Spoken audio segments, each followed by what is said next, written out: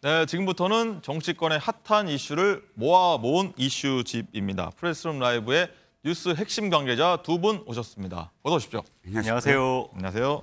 자, 그럼 본격적으로 첫 번째 이슈로 들어가겠습니다. 첫 번째 이슈는요. 저 정도면 병이라고 저희가 정해봤습니다. 누가 어디서 왜 이런 말 했는지 궁금한데 목소리 먼저 듣고 오겠습니다. 최근에 연예계 마약 사건 관련해서 안민석 의원이 난데없는 음모론을 가져왔어요. 우리 사회 곳곳에 퍼지고 있는 이 마약 사건 검거가 뭔가를 덮으려 하는 의도가 있다라는 거예요.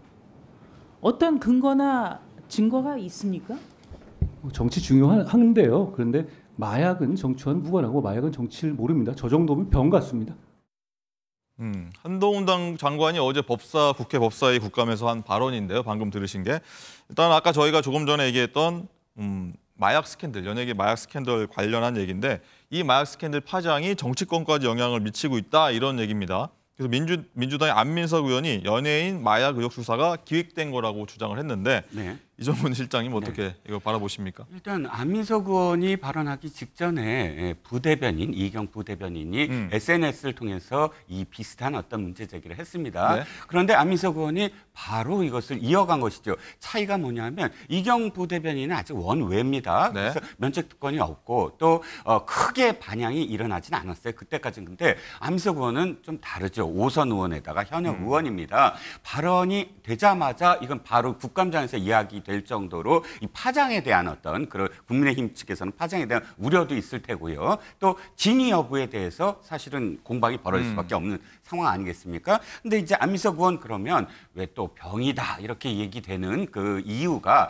안민석 의원이 지금까지 많은 의혹 제기들을 해왔습니다. 뭐 아시다시피 최소한 국정농단 사건에서도 300조 원이 숨겨져 있다 하는 발언. 그 발언도 나중에는 자신이 한 적이 없다라고 하지만 JTBC의 인터뷰에 그 내용이 포함되어 있거든요. 네. 아직 녹취에 있습니다. 그러므로 그 부분도 사실상 안민석 의원이 굉장히 공경을 계속 치르는 부분인데 그 외에도 윤지호 씨 장자연 사건과 관련된 공익 제보자로 부추긴 사건도 있었고 뭐 최재형 왜 의원 있지 않습니까? 네. 종로에 출마했을 때도 친일파다, 그러니까 증조부가 친일파다 근거 없이 계속 이렇게 이야기하고 거기에 대한 어떤 책임이 없었던 그런 전력에 비추어서 이번에도 마약 수사가 마치 윤석열 정부의 어떤 여러 가지 실정을 덮으려는 그런 이 타이밍, 정치는 타이밍이다라고 이야기했는데 결국은 이 인터뷰에서도 지금 발언에서도 뭐가 있냐면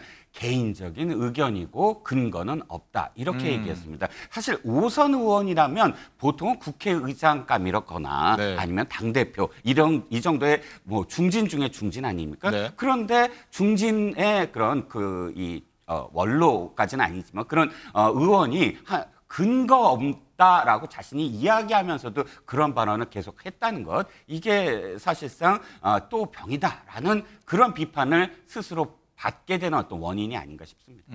오선 의원이라면 말에 좀 무게감이 있어야 된다, 신중해야 된다 이런 말씀이신 것 같고요.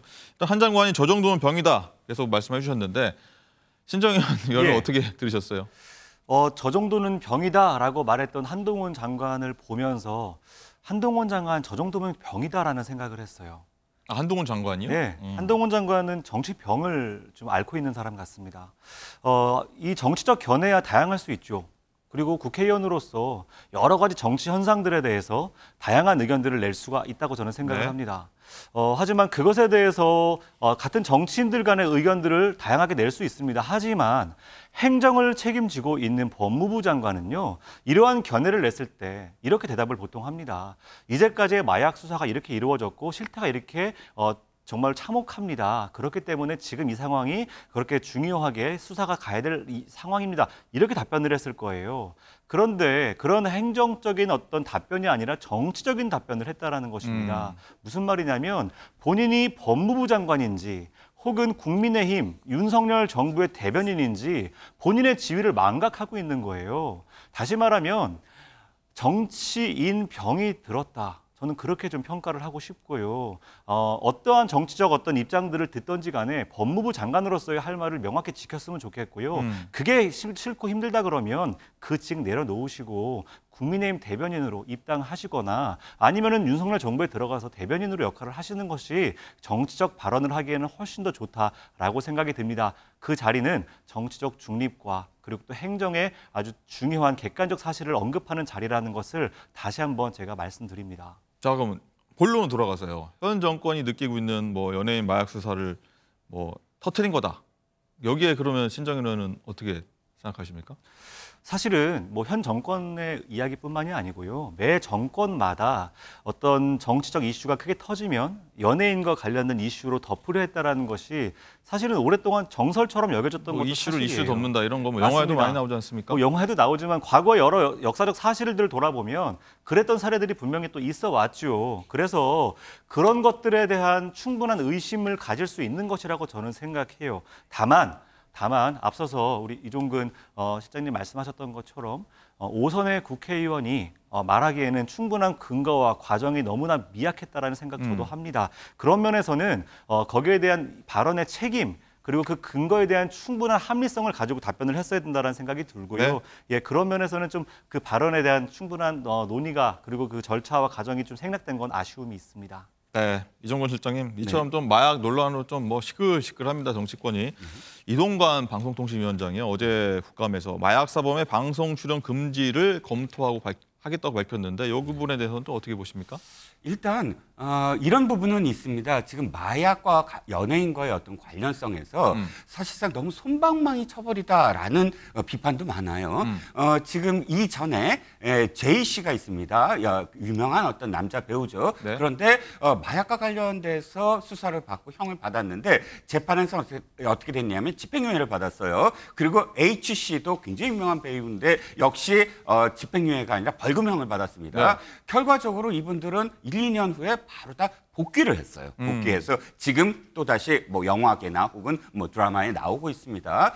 그런데 지금 이제 뭐 G드래곤 씨가 지금 오늘 부인은 했습니다만 이렇게 연예인들의 마약 사건이 터질수록 왜 우리가 경계를 해야 되냐면 그만큼 마약이 그렇게 큰 일이 아니구나. 일반인들이 생각할 때 또 그 사람들을 우상으로 생각하는 그런 세대가 봤을 때 저렇게 해서 다시 이렇게 나올 수 있구나 한다면 마약에 대한 어떤 경계심이 무너질 수 있는 거 아니겠습니까? 그러니까 지금 검찰이 애써서 수사를 해서 기소를 하면 재판부가 이렇게 그 솜방망이 처벌을 하고 다시 연예계로 돌아와서 전혀 아무 일도 없었던 것처럼 되풀이 된다면 지금 마약 사범은 우리나라가 청정국이 아닌 지가 벌써 5년이 됐고요. 그렇죠. 또 청소년들이 자그마치 2012년부터 따져봤을 때 거의 1000배 이상 청소년들이 연관되어 있는 그런 범죄가 늘어난 겁니다. 네. 그렇다면 우리가 좀 더 경계를 세워야 된다라는 의미에서 아마도 이동관 방통위원장이 그런 지금 안을 내놓은 게 아닌가 싶습니다. 중하게 봐야 된다 이런 말씀이셨고요.